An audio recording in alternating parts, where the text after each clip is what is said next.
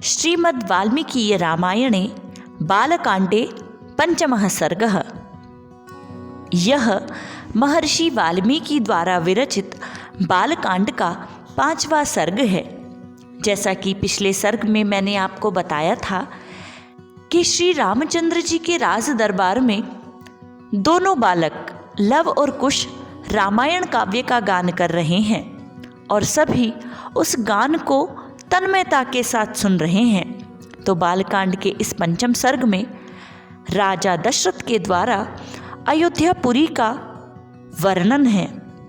राजा दशरथ की नगरी अयोध्यापुरी किस प्रकार सुरक्षित थी, इसका वर्णन किया गया है। आइए इसका श्रवण करते हैं।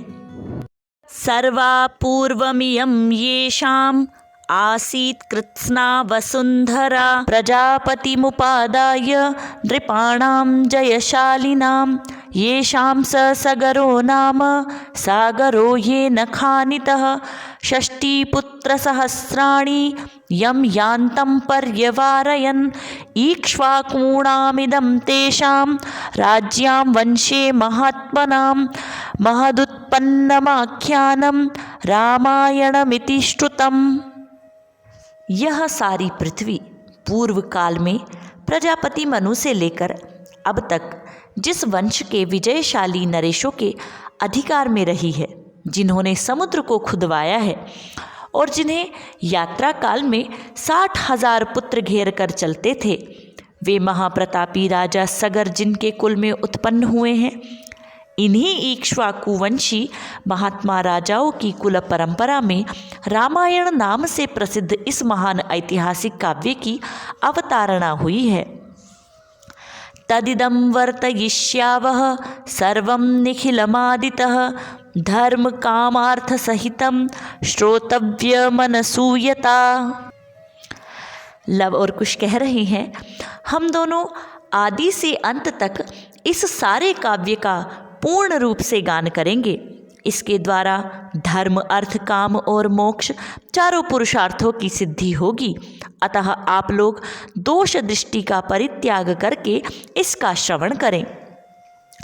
कौशलो नाम मुदितः स्फीतो जनपदो महान् निविष्टिः सरयूतीरे प्रभूत धन धान्यवान।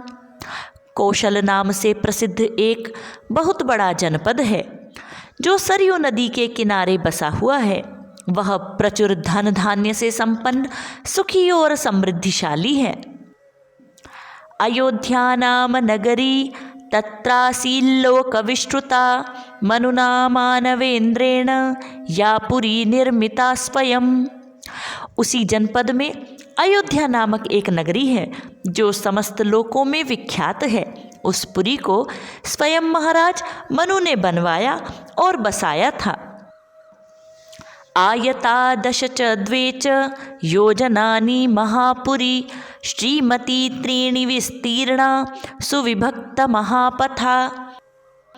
वह शोभाशालिनी महापुरी 12 योजन लंबी और 3 योजन चौड़ी थी।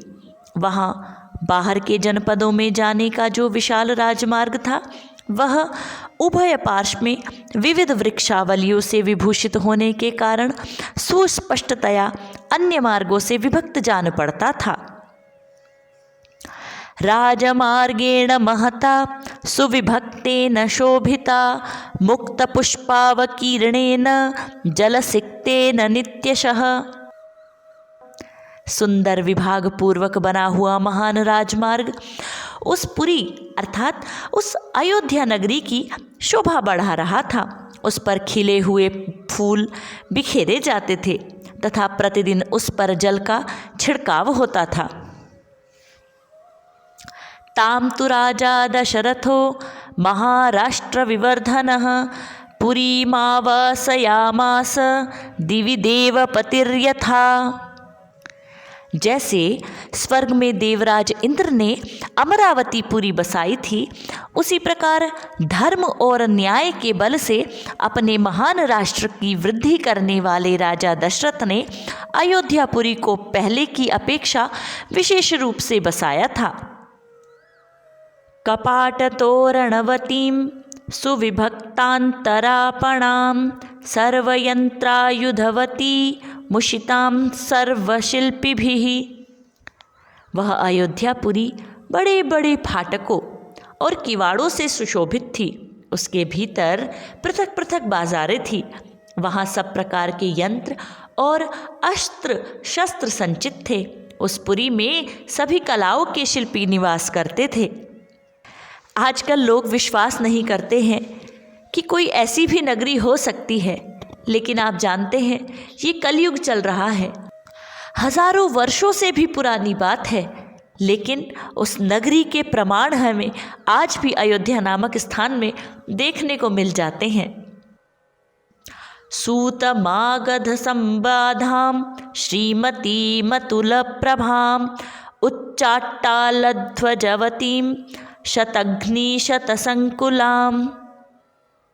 स्तुति पाठ करने वाले सूत और वंशावली का बखान करने वाले मागध वहाँ भरे हुए थे।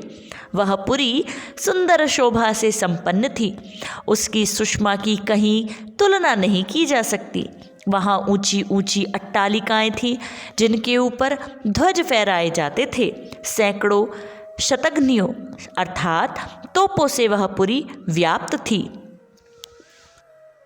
वधूनाटक संघैश्च संयुक्ता सर्वतः पुरीं उद्यानाम्रवणोपेतां महतीं सालमेखलाम्। उस पुरी में ऐसी बहुत सी नाटक मंडलियाँ थीं जिनमें केवल स्त्रियाँ ही नृत्य एवं अभिनय किया करती थीं। उस नगरी में चारों ओर उद्यान तथा आम के बगीचे थे। लंबाई और चौड़ाई की दृष्टि से वह नगरी बहुत विशाल तथा साखू के वन उसे सब ओर से घेरे हुए थे। दुर्ग गंभीर परिखां दुर्गा मन्यै दुरासदां वाजी वारण संपूर्णां गोभिरुष्ट्रैर्खरैस्तथा। उस नगरी के चारों ओर गहरी खाई खुदी हुई थी जिसमें प्रवेश करना या जिसे लांघना अत्यंत कठिन था। वह नगरी दूसरों के लिए सर्वथा दुर्गम एवं दुर्जेय थी। घोड़े, हाथी, गाय, बैल, ऊंट तथा गधे आदि उपयोगी पशुओं से वह पुरी अर्थात नगरी भरी पूरी थी। सामन्तराजसंघैश्च बलिकर्मभिरावृतां नानादेशनिवासैश्च वणिक्भिरुपशोभितां। कर देने वाले सामंत नरेशों के समुदाय उसे सदा घेरे रहते थे। विभिन्न देशों के निवासी वैश्य उस पुरी की शोभा बढ़ाते थे। प्रासादैरत्नविकृतिः पर्वतैरिव शोभितां कूटागारैश्च संपूर्णा मिन्द्रस्येवामरावतीं। वहाँ के महलों का निर्माण नाना प्रकार के रत्नों से हुआ था। वे गगनचुंबी प्रासाद अर्थात महल पर्वतों के समान जान पड़ते थे। उनसे उस पुरी की बड़ी शोभा हो रही थी। बहुसंख्यक कूटागारों अर्थात गुप्त गृहों अथवा स्त्रियों के क्रीड़ा भवनों से परिपूर्ण वह नगरी इंद्र की अमरावती के समान जान पड़ती है। चित्रामष्टपदाकारां वरनारीगणायुतां सर्वरत्नसमाकीर्णां विमानगृहशोभिताम्। उस नगरी की शोभा विचित्र थी। उसके महलों पर सोने का पानी चढ़ा हुआ था अथवा वह नगरी द्यूत फलक के आकार में बसाई गई थी। श्रेष्ठ एवं सुंदरी नारियों के समूह उस पुरी में शोभा पाते थे। वह सब प्रकार के रत्नों से भरी पूरी तथा सतमहले प्रासादों से सुशोभित थी। गृहगाढ़ामविच्छिन्द्रां समभूमौ निवेशितां शालितण्डुलसम्पूर्णां इक्षुकाण्डारसोदकां। पुरीवासियों के घरों में उनकी आबादी इतनी घनी हो गई थी कि कहीं थोड़ा सा भी अवकाश नहीं दिखाई देता था। उसे समतल भूमि पर बसाया गया था। वह नगरी जड़हन धान के चावलों से भरपूर थी। वहाँ का जल इतना मीठा या स्वादिष्ट था मानो गन्ने का रस हो। दुन्दुभिर्मृदङ्गैश्च वीणाभिः पणवैस्तथा नादितां भृशमत्यर्थं पृथिव्यां तामनुत्तमाम्। भूमंडल की वह सर्वोत्तम नगरी दुन्दुभि, मृदंग, वीणा, पणव आदि वाद्यों की मधुर ध्वनि से अत्यंत गूंजती रहती थी। विमानमिव सिद्धान्तां तपसाधिगतं दिवि सुनिवेशितवेशमान्तां नरोत्तमसमावृताम्। देवलोक में तपस्या से प्राप्त हुए सिद्धों के विमान की भांति उस पुरी का भूमंडल में सर्वोत्तम स्थान था। वहाँ के सुंदर महल बहुत अच्छे ढंग से बसाए गए थे। उन महलों को बनाने का तरीका भी अलग था। उनके भीतरी भाग बहुत ही सुंदर थे। बहुत से श्रेष्ठ पुरुष उस पुरी में निवास करते थे। ये च वाणैर्न विद्यन्ति विविक्तमपरापरं शब्दवेद्यं च विततं लघुहस्ता विशारदाः सिंहव्याघ्रवराहाणां मत्तानां नदतां वने हन्तारो निशितैः शास्त्रैर्बलाद्बाहुबलैरपि तादृशानां सहस्रैतां विपूर्णां महारथैः पुरीमावासयामास राजा दशरथस्तदा। जो व्यक्ति अपने समूह से बिछुड़कर असहाय हो गया हो, जिसके आगे पीछे कोई भी न हो, अर्थात यदि किसी का पिता नहीं है या कोई पुत्रों से हीन हो, तथा जो शब्दभेदी बाण द्वारा बेधने योग्य हो अथवा युद्ध से हारकर भागे जा रहे हों, ऐसे पुरुषों पर जो लोग बाणों से प्रहार नहीं करते, जिनके सधे सधाए हाथ शीघ्रता पूर्वक लक्ष्य भेद करने में समर्थ हैं, अस्त्र शस्त्र इन सब के प्रयोगों में कुशलता प्राप्त कर चुके हैं, तथा जो वन में गरजते हुए मतवालों सिंहों, व्याघ्रों और सुअरों को तीखे शस्त्रों से एवं भुजाओं के बल से भी बलपूर्वक मार डालने में समर्थ हैं, ऐसे सहस्रों महारथी वीरों से अयोध्यापुरी भरी पूरी थी। उसे महाराजा दशरथ ने बसाया और पाला था। तामग्निमद्भिर्गुणवद्भिरावृतां द्विजोत्तमैर्वेदषडङ्गपारगैः सहस्रदैः सत्यरतैर्महात्मभिः महर्षिकल्पैर्ऋषिभिश्च केवलैः।